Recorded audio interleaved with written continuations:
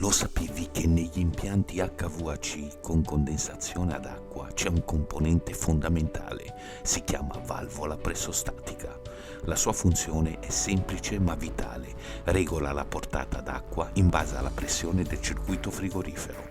Quando la pressione di condensazione scende troppo, la valvola riduce il flusso d'acqua, evitando sprechi. Quando la pressione sale, la valvola apre e lascia passare più acqua, mantenendo il condensatore efficiente. Risultato: consumi ridotti, temperatura stabile, lunga vita all'impianto. Piccolo componente, grande differenza. Je t'aime.